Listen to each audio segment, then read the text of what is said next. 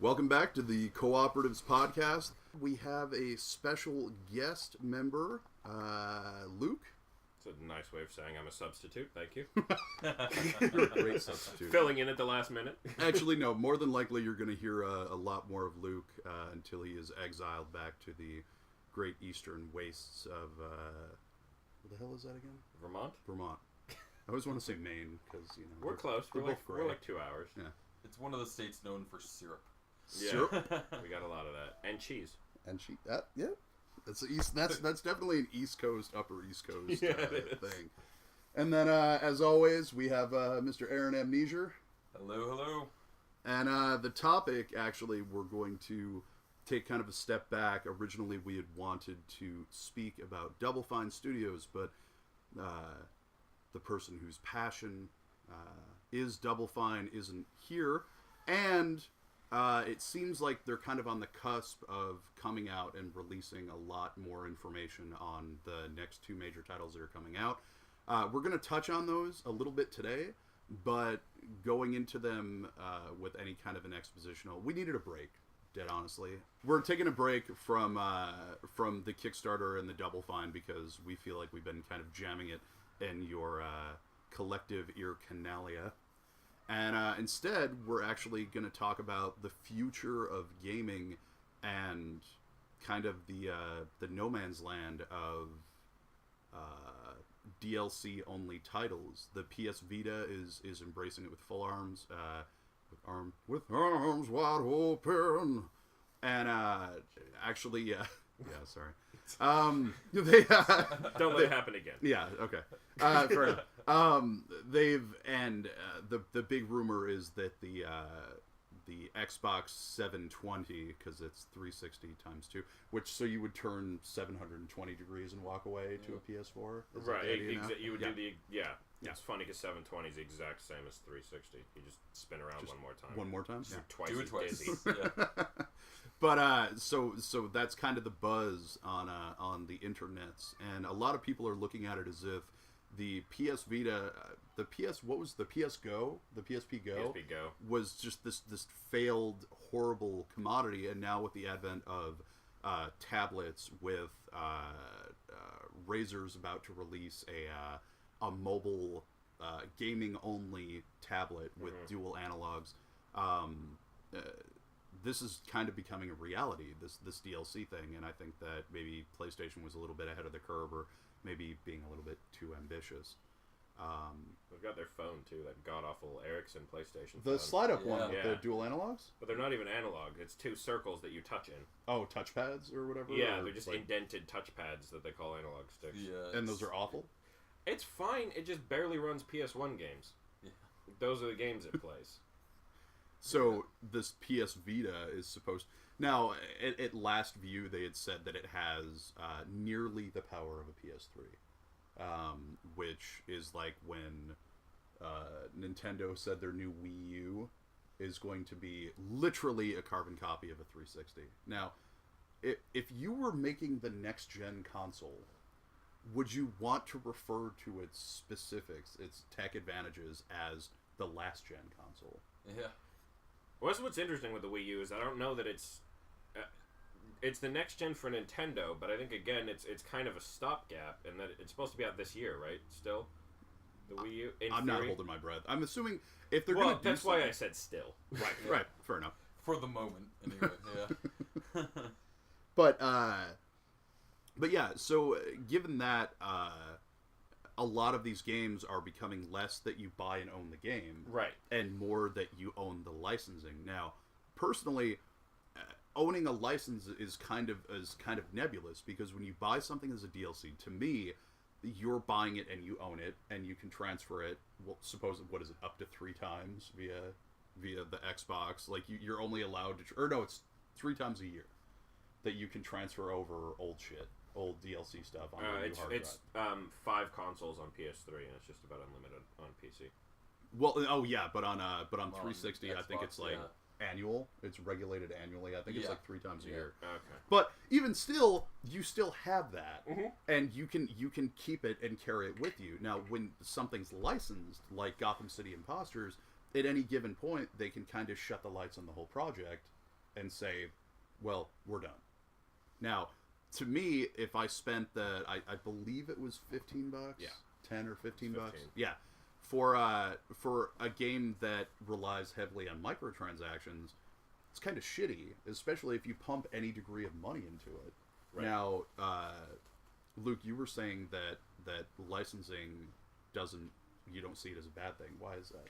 Well, because like you said, it's transferable. And the other thing, like, for me, going through different consoles and multiple computers over the last few years, because for some reason everything I own breaks, I like having a license. I find having a disc to be kind of outdated. It's nice if you want the instruction manual and the box art, and that's why I still like that they release collector's editions of things, but for me, moving to the East Coast and coming back here and having all of those licenses on, I just bought a new PS3, like I told you, and just from calling up Sony and transferring my account, everything I've ever bought on PS3, I've re-downloaded in the last 2 days. And all I own for those, in theory, is the license. I don't own an actual disc. I just own an individual license, and that makes it transferable for however long. I think discs are kind of, disk drives can break.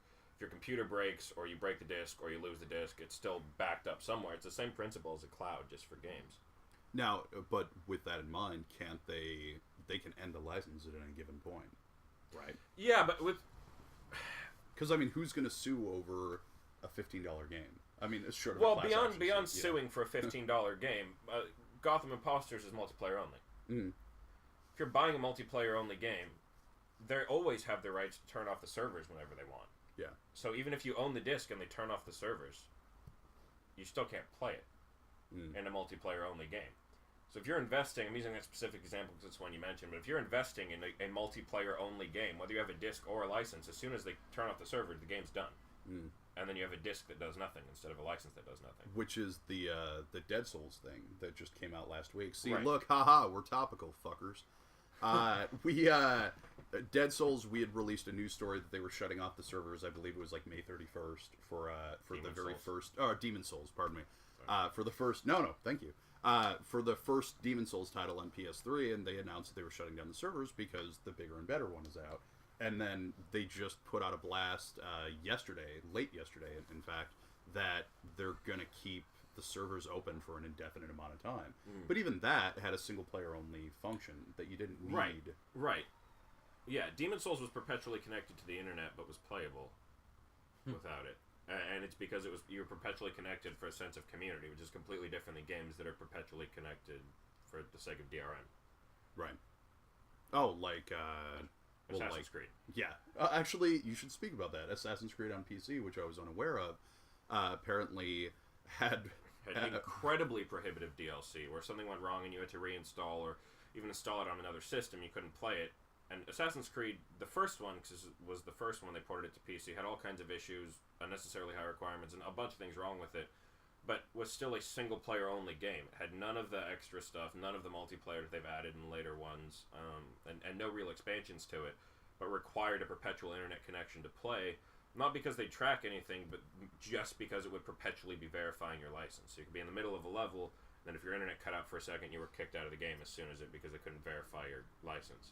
So you don't think that was like utter commitment to the role of playing a guy that's stuck in a computer? I mean, if they spun it like that, that'd be fairly fucking brilliant of them to, justify their shittiness. Yeah. Yeah. I mean...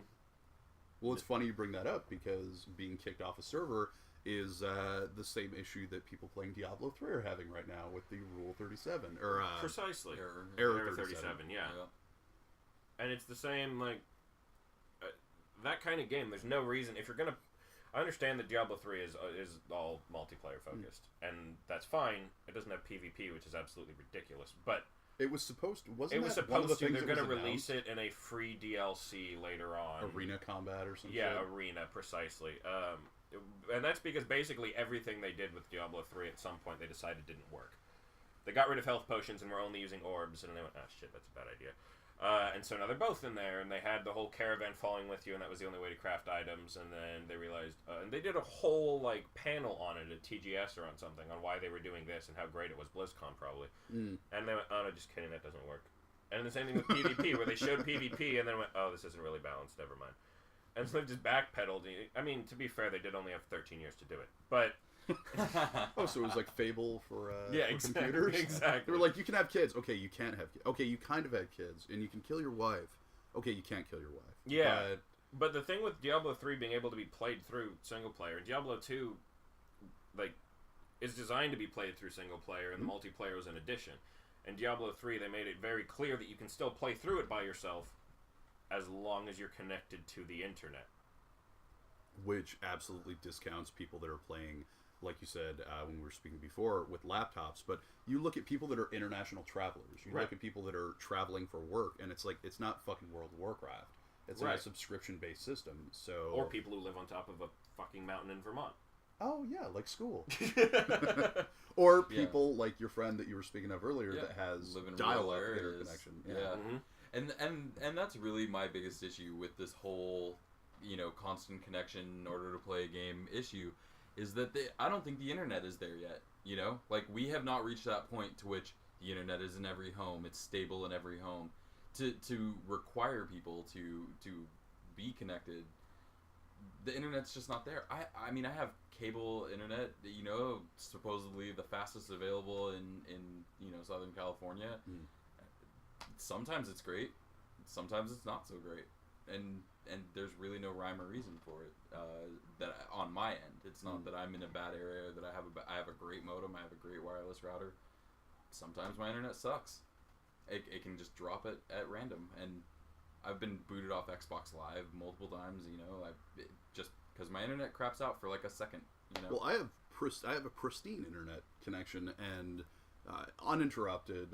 We're totally locked because nobody's gonna guess the password fuck234. So I mean, we're safe in that. But no, I was playing Diablo 3, and I was in the middle of a dungeon, and it was a very intense dungeon. No, but I'm in the middle of something. I'd gotten some gold item, which was like the special identifiable, unique. Unique item. I'd just gotten like a unique item for my character class, which that's a whole other fucking pissed off with Diablo that certain character classes can't use certain weapons. But anyway, I had finally gotten a fucking weapon that I could use. And I was about to update it, and the enemy that I was in the process of firing at just stops attacking me. And I keep trying to fire at them, and I'm firing, it's making the sounds, but nothing's coming out of the bow. And I was like, well, that's interesting. And then, of course, I get booted back to the main menu saying that the host server connection was lost. Now, we didn't lose shit. We have an impeccable connection. We're wired in terms of PC when we need it, so it's not like the router hiccuped or something like that. Right. That means that's a hiccup on their end. Right. And granted, for me to bitch about that is like, yeah, I got to go back and do like 25 minutes worth of shit, which in the grand scheme of things isn't a lot. But when you think about it, that we all fucking work and we go to school and we have shit to do, and it's like that 25 minutes, like I might have an hour. Well, more than that, and more than just the 25 minutes, because we can get into the Louis C.K. and every other comedian, the bitching about the incredible conveniences that we have. Right. Oh my god, it takes 3 seconds for a text message to send from my phone. How terrible. Right. But it's more than the 25 minutes. It's the fact that you got, whether or not you got to keep it, because I've read stories about people losing their loot that Which they is get. what happened. And that happened. And it's more than the 25 minutes with millions of randomized items in Diablo, and like you said, I don't have an issue with not every class being able to use every weapon. I think that's necessary for a class-based game, but aside from that, when you found one that you can use, and then you lose it because of a screw-up on their end, on a game that randomly generates items. Right, on a game drops. that randomly generates items, you can do the quest 30 more times, 100 more times, and never not get get that it. item. Yep. So more than just the 25 minutes, if that was the item you wanted or you needed or you'd been doing raids for, say, if it's an endgame thing, right, you could then do 100 more raids and go into dozens of hours of things that... and not get it. You never get that item again. And that's kind of, and part of it is one of those that, maybe that's like the great c'est la vie, you can't always get what you want, fucking whatever, hippy-dippy bullshit, but... You can if you're playing offline. Well, yeah. That's not gonna happen, short of, like, finding a bug or, like, phasing into a wall or something like that. All of the things that should have been fixed prior to the game's launch, which isn't always the case, but by and large, it is. And I don't play with other people. I don't. I play games with friends that I know, but I haven't I've gotten a bunch of ads on Battle.net of people going like, add me, and I'm like, fuck no, because I don't know how the division of shit works. Right. Like, if I get something that I like and they take it and then just bounce out of the server, it's like, I don't get that. Like, I don't get that item. I don't get that, whatever the fuck it is. Right, until endgame, you don't need anybody. Well, it's... Which, yeah. But, I mean, even then, you have the companions that'll join you. So you essentially have autonomous multiplayer components, which I'm fine with, because I'm also one of those people where I'm frighteningly unreliable. And I might have 3 hours to play a game. I might have 26 minutes because I'm cooking.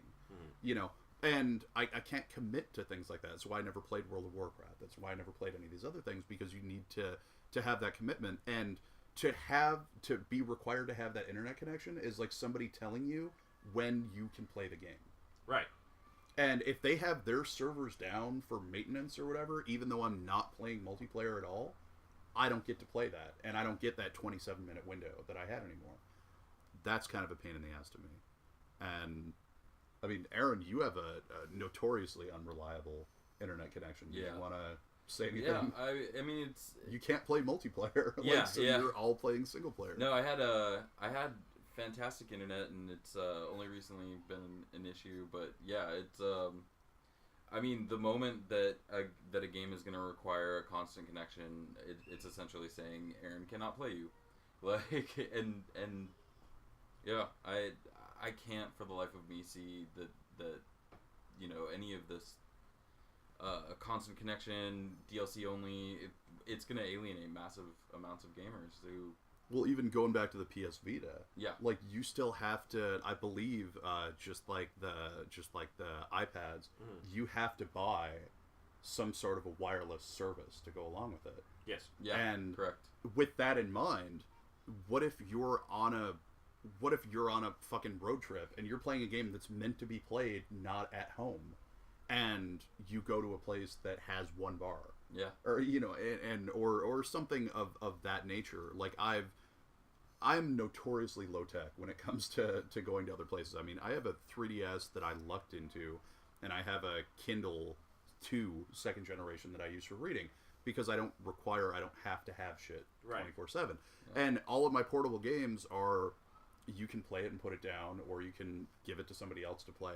And the PS Vita, again, kind of puts you at the mercy of whatever provider company they have running it.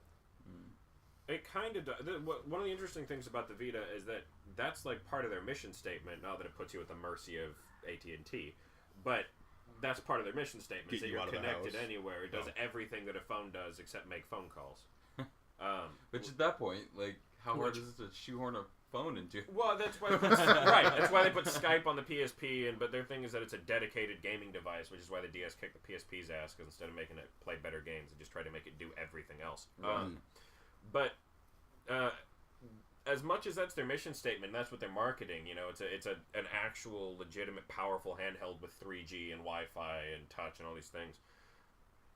The best games for it so far have all still been, excepting Uncharted, because I didn't like it because I didn't feel like Uncharted, but the best games for it have all still been little pick up and play things. Super Stardust HD is fantastic. I'll buy Lumens on any console it comes out on and play it for forever. Gravity Rush just came out. That's the first game on the system that I was actually looking forward to and is getting reviewed decently. But none of these games are ones that use the multiplayer and the Wi-Fi and the location things very strongly. You get games like Unit, whatever it is, the Zipper game. The Zipper, the SOCOM team, made a game called Unit something. Oh, right. That's a SOCOM ripoff. That is the multiplayer showcase for the system right now.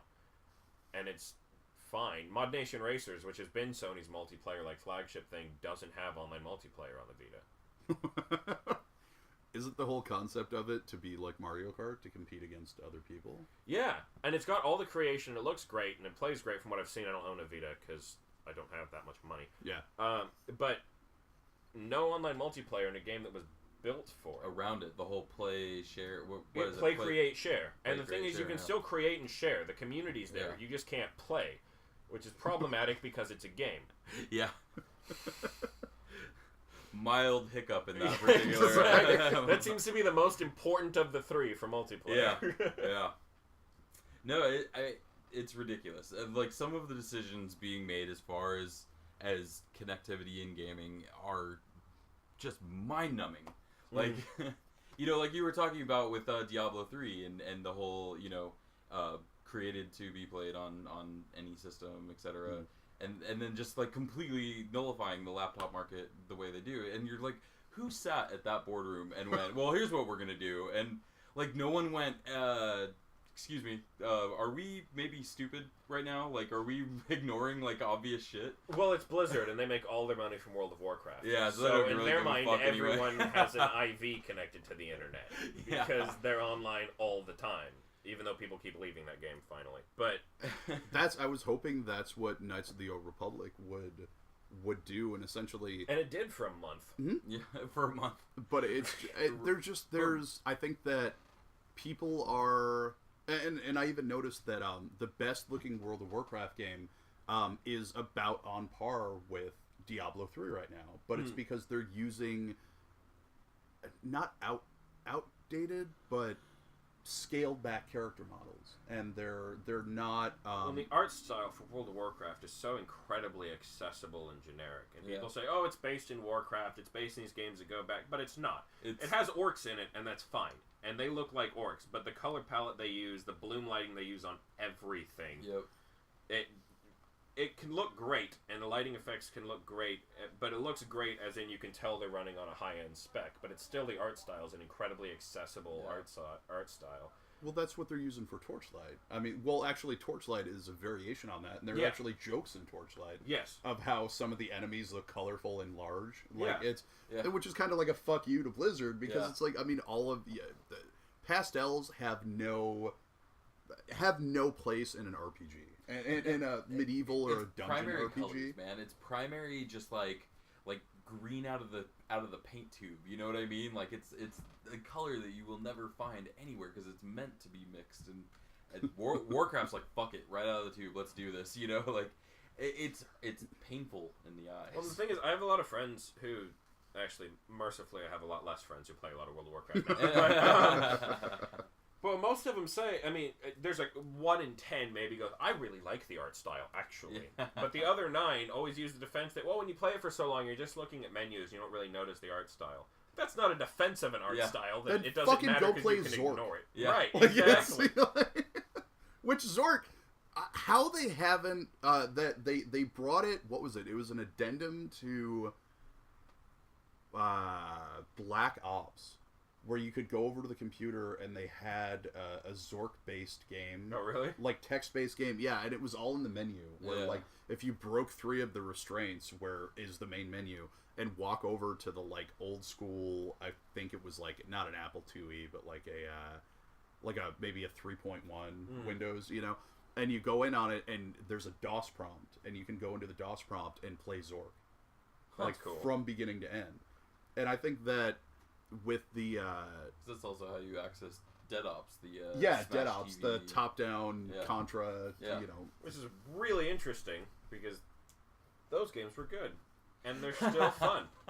And Black Ops is fine despite being incredibly derivative, which you said earlier you don't mind when a game's derivative of a great game, but the fact that people get excited to play these games that are 20 years old when you can go back and, like, the first Call of Duty was great, and I love Medal of Honor Underground on PS1 because I like the story of it, but, like, if they were to put in an Easter egg in Medal of Honor Warfighter, or whatever the hell they're calling the next one, where you could go back and play Medal of Honor on PS1, nobody would play it. Yeah.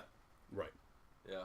And the fact that these older games, or even, like, Medal of Honor on PS2, except for Frontline, like, these genres have advanced to a point, and people say things like, I know we're not talking about Double Fine today, right, but that, you know, the adventure genre is a lost cause and that kind of thing, and that they don't have the marketability, yet people get excited when they pop up in games. Yeah. Oh, this is cool, and they sit down and play a text-based game when it's part of a bigger game because it has kitsch value. Mm-hmm. Well, and I think that that's actually a very valid segue into, it seems like a lot of developers are backsliding to what's fun Mm-hmm. and what's engaging, not so much what's graphically stunning or new. Or new. Yeah. And, well, because if something ain't broke, then don't fix it. I mean, one of the best Contra games, not the best Contra games, but the one that sticks out most in my mind is the one for Super Nintendo. That is literally the same 2D Contra scroller that Contra, like, 1 through fucking 4 or whatever the shit it was. But it had, like, weird 3D shit thrown into it, blessedly in small doses. Right. But the gameplay mechanics were still the same, where every other game for the Super Nintendo at that point was trying to use every fucking button. You know, it's like like there had to be combinations. Well, look at, I mean, in that exact same vein with Contra, look at Bionic Commando on PS3. Yeah. You take the two. There's the it's on 360 as well, I'm sure. But the 2D remake that they did with the 3D character models was fantastic. And then they updated it and did a modern one, and it was shit for the 3D. Awful. Yep. Yeah, Absolutely it was awful. shit. Yeah. And like it just works. And there are these genres that work that people have gotten rid of because of the pursuit of graphics and these things. Now, what you were talking about sliding backwards, and you mentioned the term like a kind of. You didn't say retro renaissance because you're not as snooty as that, but that's what it went in my head as. Well, I am pretentious, so I mean, it was the same language. Yeah, fair enough. It's kind of retro renaissance. Right. I'm going to say it again and keep sounding like a douchebag every time. But what's interesting is it's not necessarily retro as much as the old mechanics. Because I don't think it's mutually exclusive from... I just played the demo for... and I'm talking about a demo on a video game show, but the demo for Walking Dead. And it was great. Yeah. And it looked gorgeous.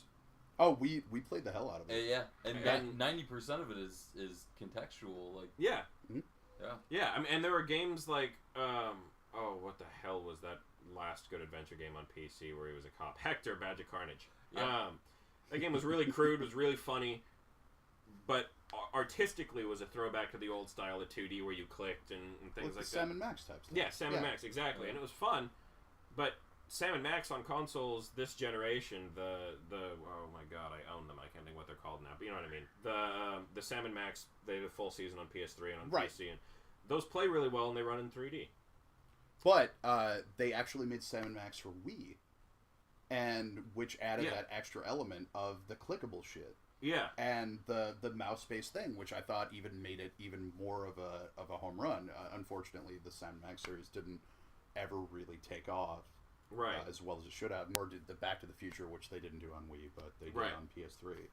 And but I think that The Walking Dead is actually a culmination. I think it's the best game that Telltale. Yeah, that Telltale has done to date. Well, not that should come with a caveat to like. I mean, they did the Monkey Island remake, which was stunning, but it was also a game that was out on, I mean, I remember playing it disc to disc without installing it, and I'm talking 3.5 disc, and but yeah, it's I think it's a culmination of everything that they've tried to accomplish with Jurassic Park, which I liked, wasn't stunning, but I liked it. With the Back to the Future, again, cartoony, wasn't stunning, still liked. They managed to marry everything that they were trying to accomplish in their more recent games, I should say, not and into a universe that was already fully actualized, that was completely stylized to be not like the show, but salient enough to people that watch the show that they could get into it as well. And it was kind of it's a love letter to the comic book. I mean, in my opinion, and I think that the mechanics that they involved were spectacular, and it's a $5 game. Like, it's episode 1 is $5. Is that it? That's it. Oh, I'll buy that too. Because I think they're doing like 4 episodes, and I think it was like 2.5 hours. Yeah, it's good. With replay value. As well, because because when we were you there when we got to the end of it? Yep. We got to the end of it. And obviously, I'm not going to ruin anything for you, but the end of the episode had shit that I did in the episode in the trailer for the next episode. That's cool. And so apparently, or like characters who survived this or whatever into the trailer, and we go back and replay it. Trailer completely different. Yep. by saving, because you have moments where you can save this guy or this guy, and I think there's like 3 of those moments, but there's also 3 moments where you have morality calls, for lack of a better word, as to what you should do to keep the group together, and they're like offhand comments, but then in the trailer for the 2nd episode, you see something fucking major happen that didn't happen in the version that I had played. Yeah. You know what I mean? The first time I did it. Didn't pan out. Which begs the question, is it stacking cards? Is it gonna create this by doing this thing fucked up in this episode, kind of like in the Mass Effect deal? If by doing this thing fucked up, or not doing this right, but doing it right here, is it going to create this layer cake of fucked upitude that essentially gives you a replay value? Well, this is another thing, bringing it back to what we were talking about, and with licensing and cloud saves, not saving all of your content, but saving your game files. I've been able to save Mass Effect on... My Mass Effect 2 PS3 save was on the cloud, and I'd forgotten about it on Sony's online storage, and I have it back on my system now, and I can play Mass Effect 3 with my save file.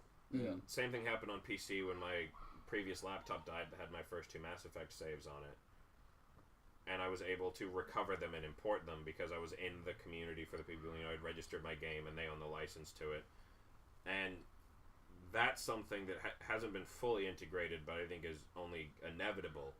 That you can go the way Chrome does internet browsing and everything like that, where you log in on Google Chrome and all of your search history is there no matter what computer you're on because you're logged on. And your button bars and your bookmarks. Right, exactly. And game saves aren't that big.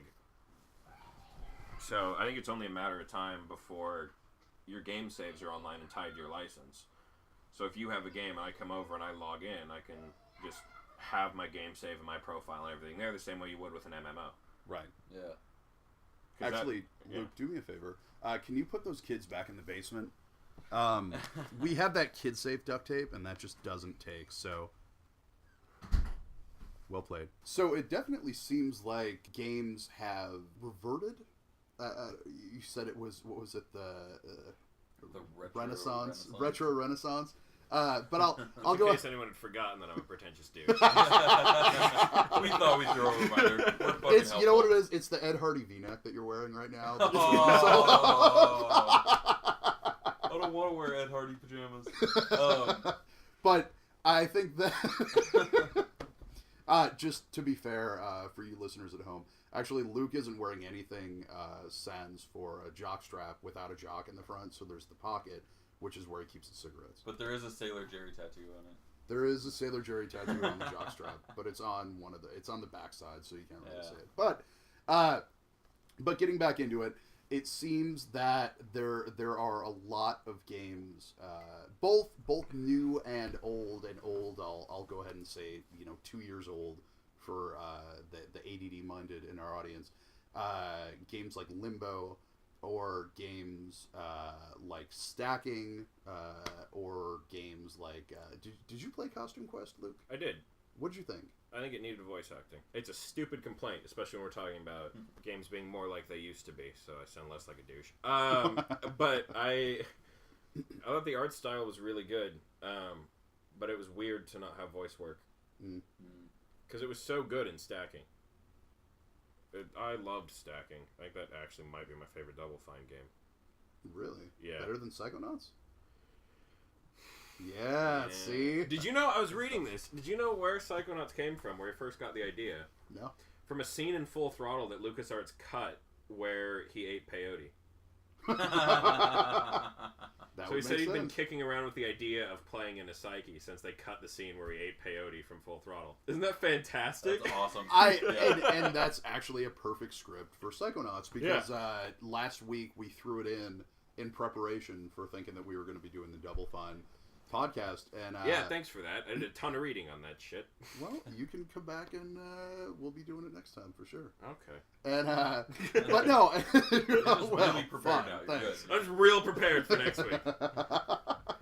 But no, it's what was really funny is, especially for an Xbox title, the graphics still held up. Yeah. And the gameplay elements still held up, and I think that there's kind of this retro renaissance, if you will. Of no, it's no, but, no, I won't. Yeah, that term is dead. What I noticed is not so much on disc-based games, or if it is on disc-based games, it's caveat like we spoke of earlier with with the or Call of compilations Duty. like the Bit Trip. Yeah, or even like the Trials pack that was like Trials Limbo and whatever it was. But in any case, the vast majority of it is DLC, especially like Return to Monkey Island or anything episodic that you look at these days. Is kind of a throwback to player-centric and intuition-centric, for lack of a better word, because it seems like a lot of titles now are so incredibly dumbed down that when I played a game like The Witcher, where there's so fucking much going on. Actually, I'll even go even further back than The Witcher. When I got Crysis 2, I started playing Crysis 2, and it was too fucking much. Like, I just want an FPS that tells me who I have to blow up, not the 55 different ways that I could use. And, and it's all on the HUD. Right. So you're constantly feeling like, oh, well, I'm just going to shoot this guy, and there's 5 other options. So it's all... It makes you second guess yourself, and it gets to a point where the games are so dumbed down and so handholdy and so. Did you want to change the difficulty? Like that when a game like Limbo came out, I said that it was kind of counter, not counterculture because that's a bad way of saying it, but it was counterproductive, I guess, in terms of the way other games were going, where... Yeah, it was certainly... I mean, I said this when we were talking about it earlier. With Limbo, it was just the art style. It's like Braid, where Braid just had the dialogue. They're incredibly functional old genres. With Limbo, you walk until you hit a wall, or you hit an enemy, and then you have to go back and find the vine that you didn't climb up. Or you have to find the tree to knock over. But I think it's more than that, because there were times when I almost had to go to a cheat to figure out how to beat the first fucking spider boss, because there's literally no bringing you up to speed on what the controls are. Like, you drop into the game and you kind of have to fend for yourself. And I think that it's not a complaint. It sounds like a complaint, but it isn't. And I think that we've lost our ability to figure shit out on our own. Yeah. Right. Any kind of intuition. Every game you play, the major releases are like you say, so handholdy. I mean, without fail, every game has the intro level in which you find out all the different things you can do, and like, I think a lot of these DLC games that are kind of a throwback to older game styles, what's amazing is that they're using them to find out different ways to like lead the gamer on without having to be like, okay, well now you're gonna hit B and it's gonna do this. Like, it's really exciting to see like a lot of the gameplay advances that are taking place within these games that look cheaper, for lack of a better word, but they're trying out new stuff. Versus mainstream games are just like, this is the formula, follow the formula, Well, I think it's funny because if it doesn't have Call of Duty Modern Warfare before the title of the game, you're not insured billions and billions of sales, or Halo or Batman or whatever it is. You take anything that isn't a popular convention and try to give it a forum and try to give it a voice, and like, I never played stacking. You said that you love stacking because of the conventions of it, but it's something that I never thought to buy. Meanwhile, like, I'll drop $20 on Divinity 2 or some like bullshit game, not bullshit, but some mass produced or fill in the blank game, gives you RPG, gives you, continuity, gives you whatever it is. Right, something that firmly fits within the genre constraints. Yeah. I've done that with strategy games. Something comes out and goes, I haven't played a strategy game in a while, and it's just $20. And then you play it for 10 minutes, and then you go back to playing better strategy games you played before. Yeah. You don't need something that just fills that itch. Shooters occasionally, if you just want to run through and blow things up, but... Well, I think that shooters, third person, Prototype is basically a reskinned Hulk game. Yes. Like, and but it's not as fun. Yeah, I am a giant Hulk fan, and when we reviewed Prototype 2, I think think I gave it somewhere in the 8s, just in terms of them delivering better graphics and, you know, whatever. But at its core, it's super duper ultra parkour with throwing cars off buildings. Like, right, and that game already exists. I know, again, you don't mind games being derivative, but of course. Hulk Ultimate Destruction was phenomenal. Absolutely. It's fantastic, and I'm not a big Hulk person, but I loved that game. I still own it on the original Xbox. One of the few Xbox games I still own. Yeah. That one and like the Second Kingdom Under Fire game. I think those are the 2 Xbox games I still own. Hulk is backwards compatible, so any of you listeners, you can easily find it for what, $10, maybe. Like it's 5. But it's make sure it's Hulk Ultimate Destruction and not the Hulk game. And you spend half the time as Bruce Banner doing stealth missions that don't work. Yep, fucking awful. Well, it was based off of the first awful Hulk game or Hulk movie, so there you have it. But getting back to it, actually, you know, all of those kind of fit that constraint where I feel that a lot of the games now, and of course this is me being on my soapbox, when you give somebody an open world game like Grand Theft Auto, everybody can say all day long that Grand Theft Auto is not a sandbox game. Grand Theft Auto is a fucking sandbox game. Right. Because there gets to a point when you just want to shoot rockets at cars. Yep. And that's not necessarily a bad thing, but it's you don't have that drive and that determination of other titles. I would go so far as to almost say Grand Theft Auto is the sandbox game. Almost everyone I know who's ever played that game spends far more time just driving around, causing havoc, running, you know, robbing people. Like, half the people don't even know there's a storyline to it. But this is why Saints Row 3 is brilliant. We talked about this earlier with Two Worlds 2 versus Kingdoms of Amalur. Yeah. Is that Two Worlds 2 and Saints Row 2 and 3 understand that a lot of people want in those games isn't to progress the story, it's to screw around. Yeah. So in Saints Row 3, from the beginning, you can blow a crap load of stuff up. By the end of it, you got spaceships. Yeah. Right. Yeah. And it's all just around being as ridiculous and over the top as possible because that's what people want out of Grand Theft Auto. And Grand Theft Auto, people go, look at me, I'm riding on a car. In Saints Row 2, they gave you a button to do it. Yeah. Saints Row 3 has an over-the-top button. Yeah. Where it just makes your actions over the top. Well, it's, and I mean, I think that, I don't know if it was you when we were talking about it before, and this is a long time ago, but I had said, like, Grand Theft Auto is Martin Scorsese, and Saints Row is Quentin Tarantino. Like, it's, and that's giving them much of a stronger aesthetic than they deserve. Let's call it Robert Rodriguez instead of Quentin Tarantino. Yeah, but I don't know that it's a stronger aesthetic than it deserves. I just don't. I think, Rodriguez is a good comparison because it's a grindhouse game. Yeah, it's blowing shit up and throwing people. Not to the extent of. It's Planet Terror. What the hell was that Suda game? Well, which one? Shadows of the Damned. Oh, the penis game? Yeah. The giant penis. Yeah. God, I had so much fun with that game. I still haven't played it, and I've been meaning to. With the exception of that stupid big boner scene. There was a gun, not a... Anyway. I don't know why... I looked at the microphone like I was going to clarify. Like, hey, you're going to make eye contact. Guys, yeah, I'm addressing you now. You standing inanimate fucking object. The listener.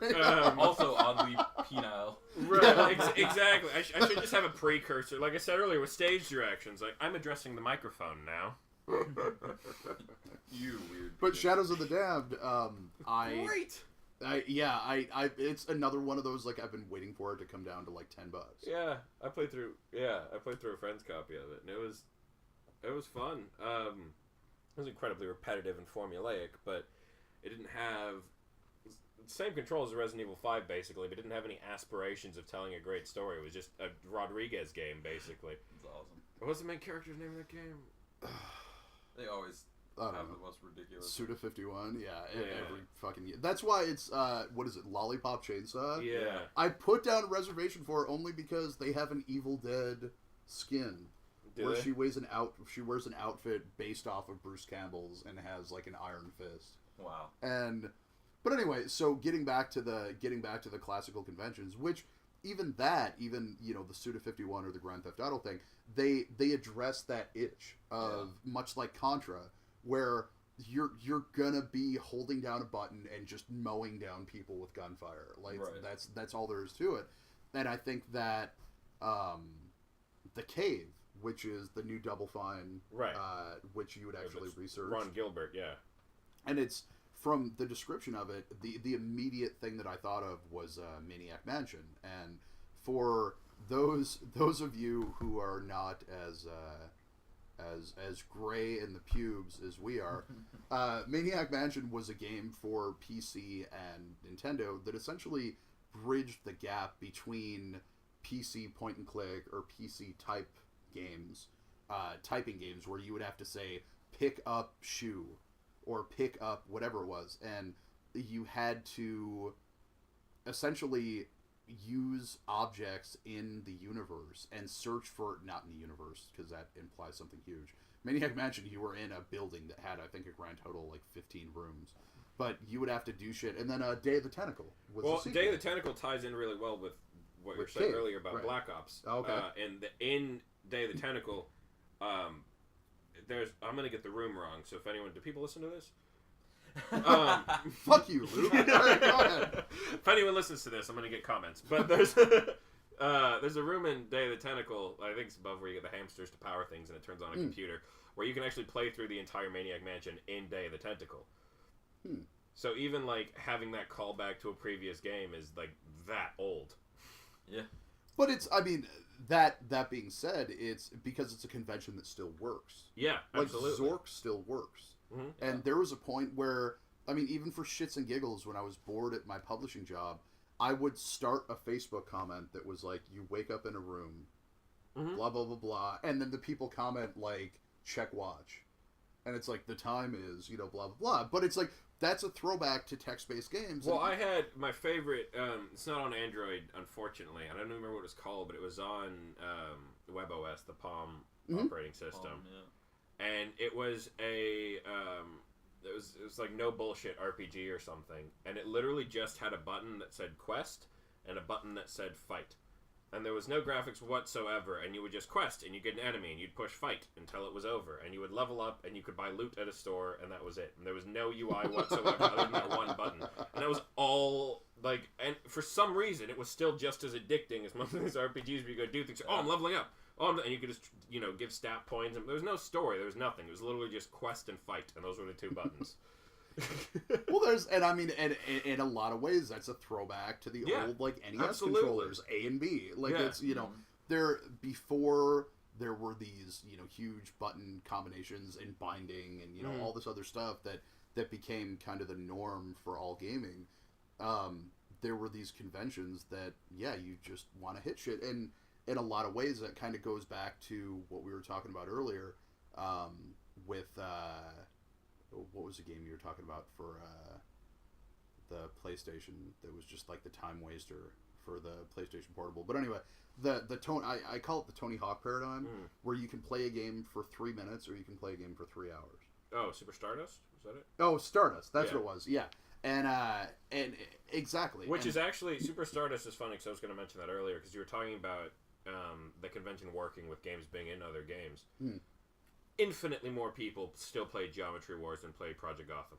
Yeah. Project Gotham 3 and Project Gotham 2. And Geometry Wars was a game that you played in the garage in those games before Xbox Live Arcade existed. Yep.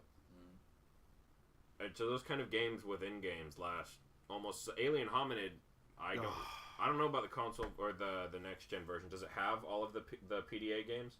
I don't know. I still have the GameCube edition. Okay, yeah. The last gen versions of Alien Hominid had all of these PDA games where they had mini games in them, and it was great. It was something to do afterwards. It's much better than, like I told you earlier, just beat God of War 3. I know you have the challenges where you just hold L1 and mash the square button and try and stop there from being 50 enemies because you're doing group attacks nonstop. Like, that's not a mini game.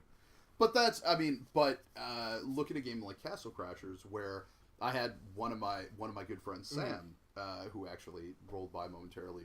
Listeners, you didn't see him because the camera wasn't turned this way. The camera microphone. But see, I'm not the only one who screws that up. Yep. See. Castle. They played Castle Crashers like probably 7 to 8 days in a row. I would go over there and I'd want to shoot the shit with them. And they would be up to their eyeballs in Castle Crashers with shit going on.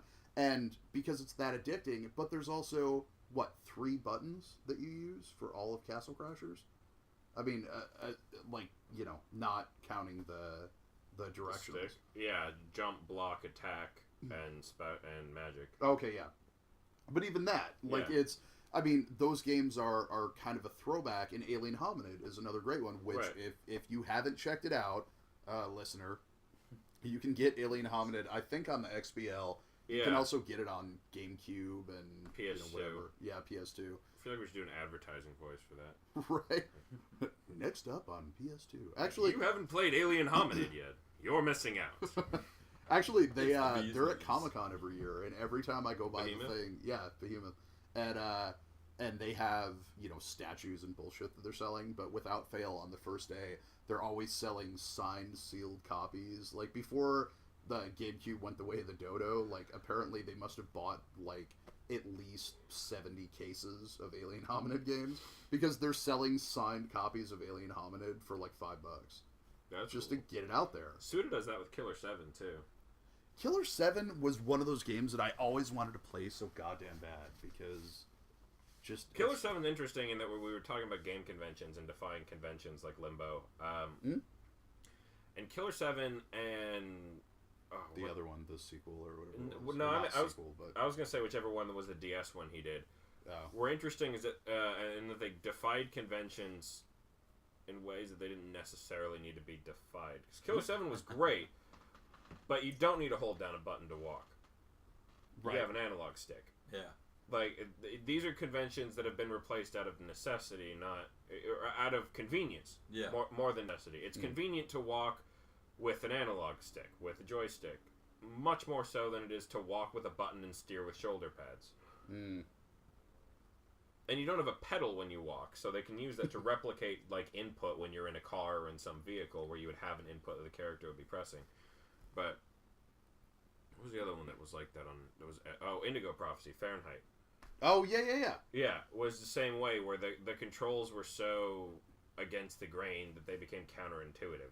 There was no necessity for... How the fuck did Indigo Prophecy get shit on so bad and everybody came all over themselves when Heavy Rain came out? Graphics. Really? That's it. Yeah.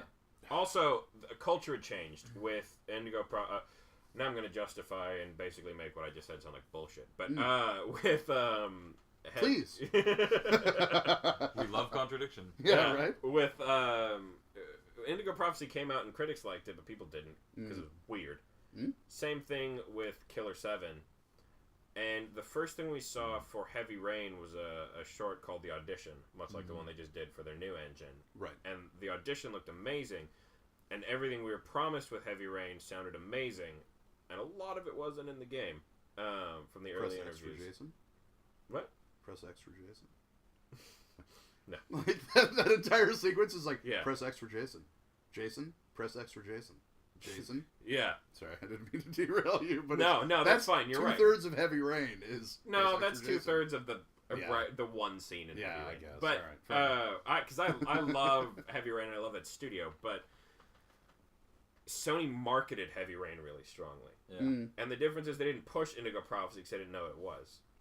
Yeah. Heavy Rain was a PS3 exclusive and was Sony's look how different and artistic we are.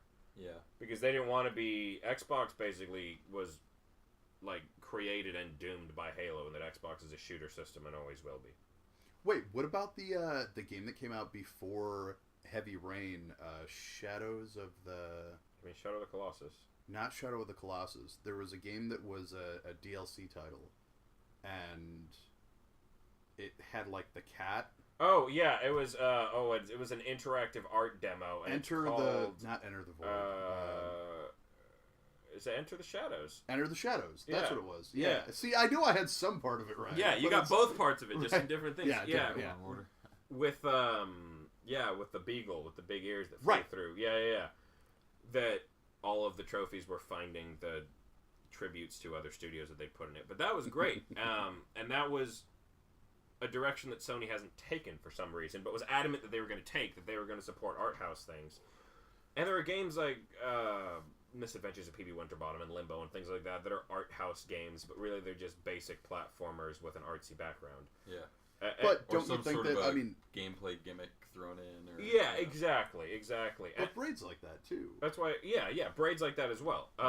Braid has all the really pretentious existential text as well, which kind of sets it apart. But it is basically the same thing. But what they were doing with that game that we were just calling Enter the Shadows, because I can't remember what it's called. Right. Well, I'll call it that. That is still downloadable on the PlayStation Store. I know, because I just re-downloaded my copy of it. That's literally a movie. It's called Interactive Art. And it's a 3D cutscene that you can move around freely, manipulate things, bend time, do things like that, and interact with it to make all of these different things happen. And Sony pushed it really hard, saying this was their mission statement. This is what we can do with the PS3. This is what we're going to do. And then nothing came of that. But Heavy Rain goes along with that. Right, but I'm saying that was like a 3-month push to nothing. Yeah, I'm going to play it today, actually. No, you should. But no, what I'm saying is it was a 3-month push to nothing, and then Heavy Rain came out, and they were like, so we totally meant to do that the whole time. And you're just like, what the fuck? Yeah. But getting back to it, you think that games like... I'm actually kind of shocked that, what is it, Zombie Unicorn... that didn't come out for the XBL or for the PSN. Oh, is that cell phone game that people play as something to do with Adult Swim? Zombie Unicorn Attack, yeah. Yeah. Or Robot Unicorn Zombie Attack, whatever it is. But shocked Kairosoft hasn't broken consoles yet. What's Kairosoft? They made Game Developer Story. It's a cell phone game that's an accessible strategy game. I'll show you after the podcast, so I can't show people at home. But but where can they find it? On every cell phone carrier. There you go. Game Developer Stories, one you'll probably be most interested in, was their first big one. But they've got like 10 since then, where there's one where you run a spa, one where you run a school, the one I'm playing right now, you run several restaurants. The Mega Mall story is really good too. And they're all the exact same premise of perpetually introducing more things in a basic strategy game. Okay. That are incredibly addicting and incredibly simple. And it's exactly the kind of thing that like Xbox tried to do with Outpost Kiloki X. Do you remember that? Right. Yeah, there was a game about running a lemonade stand in space that was fine, but plateaued really quickly. And Kairosoft's games are great, and they're playable, and they're applicable, and they all sell, but I'm shocked every time I play one that I can't pick it up on the PlayStation Store and play Game Developer Story on a console. Well, didn't Plants vs. Aliens finally came out for 360, and it was like $20? PvZ? Plants vs. Zombies. Yeah. Yeah. It was like, I want to say it was like $20 or something on XBL, and I'm just like... And the game is amazing. Yes. But I can't pay $20 for it. Like, I'll pay $20 if it comes with like a little action figure or some shit like that. You know what I mean? Like the limited came with PC, where it was like the original was 10, the limited was 20, and you got like extra shit. But it's like, again, very simple conventions. Yeah, horizontal tower defense. Yeah. Right.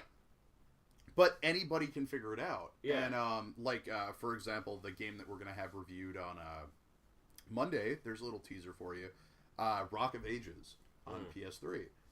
We can actually fire that up after the cast. But it's kind of a tower defense meets Katamari Damacy meets, all these things. And all of these games that are coming out now, I'm getting this very... What was that game? Do you remember Odama? On GameCube? What is this? Oh, that was the voice. The RTS. The RTS meets, pinball. Yeah, RTS pinball. Fucking Odama. And it came with the microphone. Yeah. And, you rolled a boulder over this real-time strategy match, and you had to say advance every step. Right. Just to have it go. Yeah. And, but anyway, so we are nearing the end window. So we should actually talk about what we said we were going to. Right.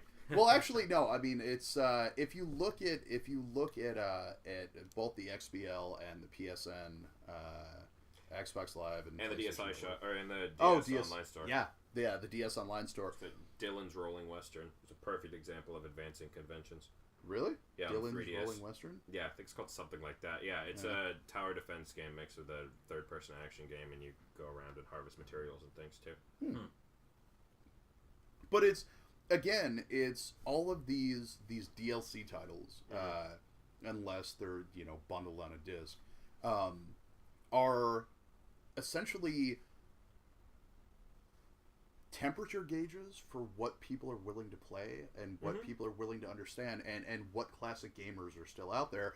And if these classic conventions are still accessible to,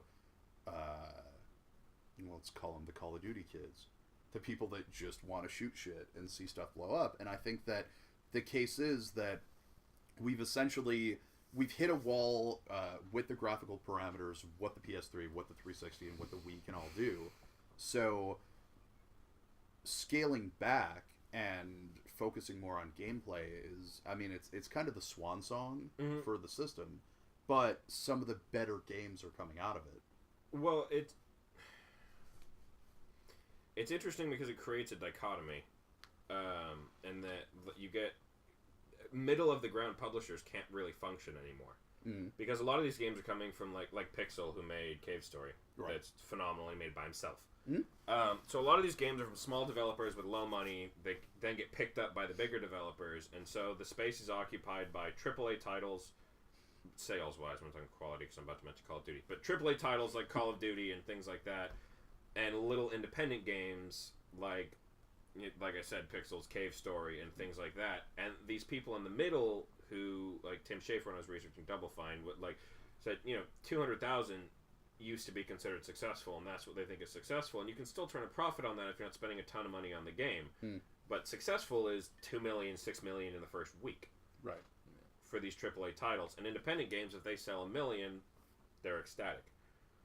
And what that does is puts all the money at the top, and then all of the Kickstarter fan-based money for like the diehard fans and classic gamers down at the bottom, and leaves these kind of middle-of-the-ground developers kind of just adrift. I think it's interesting that there are a bunch of, because of Kickstarter, there are franchises like Shadowrun, which, when it finally appeared on Xbox 360, was just a glorified FPS. Yeah, Counter-Strike. I mean, it was a mod, for lack of a better word.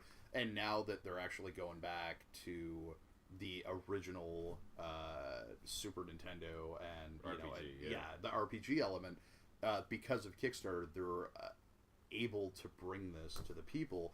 But I think that the minute you start to put your hand out looking for money, nobody's ever going to take you seriously. And that's kind of the crux that Schafer got into. Well, not Schafer, but let's just say Double Fine in total, where they kind of ran out. I mean, Brutal Legend was supposed to be their, the culmination of all the shit that's come through, and it's still a good game. It's their best-selling game ever. It sold 1.4 million copies. But they critically, spent 20 million on it. Right. Well, and critically, it was received as shit. And not as shit, but I'll like 7, maybe high 8s. Yeah, 7 to 7.5 to 8. But for some reason, it was included in the Smithsonian's exhibit of 50 most important video games. Really? It was, yeah. They had like all these historical games and a couple like big things, Halo's obviously and things like that. I forget the exact list, but I remember seeing Brutal Legend and going, really? You get 50 games ever and you pick Brutal Legend? I liked it, but really? Not top 50. No. I like it. Yeah. Now, Aaron is an old guy like me. What's your take? I mean, would you rather have the more Ghost Recon Future Soldier type shit where it's optimizing every single button and maximizing your immersion, or would you rather have the gameplay convention with the graphics as a second? Honestly, I find myself kind of torn because I kind of love both. Like, I'll pick up Call of Duty, but I'll also go on to Xbox Live Arcade and download, these, quote, for lack of a better word, kitschier titles and stuff. I love this throwback to the retro games, but more than that, I love the fact that people are taking those old formulas and like adding to them and molding them and making something totally new out of them. And I mean, it's brilliant, and I really hope that doesn't stop anytime soon. Well, and the fact that they're stretching gameplay conventions with 2D titles. Yeah, exactly. It's kind of huge. On the flip side of that, I fucking love these big blockbuster bullshit games as well, and I can recognize the bullshit factor in them, but I'll still play Call of Duty even though it's like Michael Bay shot fucking. Well, the next Call of Duty has Transformers, which is kind of cool. Yeah. So there's that. And so I mean, I don't really feel like we need to tailor the market to be one or the other. I feel like there's room for both. unfortunately, the fact that all these great and wonderful games are coming out on Xbox Live Arcade just shows that distributors have absolutely no faith in them whatsoever, and which is sad because they're critical success customer. They're successful games. It would be nice to be able to get the kind of funding behind them that maybe not quite Call of Duty level, but at least more real money. Yeah, you look at like EA, Rockstar, Ubisoft, like those kind of people. Yeah, it'd be nice to see a little bit more money thrown at developers who are making games that don't fall into the the big blockbuster. Well, you do get more money from downloads than from discs. I know. That's true. Savage. I don't know if you remember. Do you remember Savage?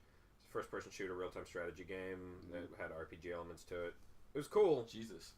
Yeah, it was really How cool. does that work? Yeah. I'll explain it when it won't take 10 minutes of a podcast.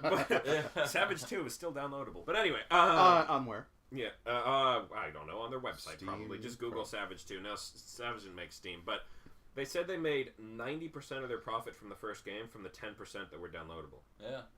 We talked about that with the whole a couple podcasts ago when we brought up the fact that Radiohead, when they put out Rainbows was their most profitable album. Rainbows, Right, made because massive profits. Because they gave it out for free with the option to donate. Yeah, and then resold it as. So I guess maybe that's the better way to look at it, because most of the profits are going to distributors and publishers rather than developers. Well, yeah, and you look at like games like Trial, or developers that made like Trials, Limbo, because I think Trials is Ubi, right?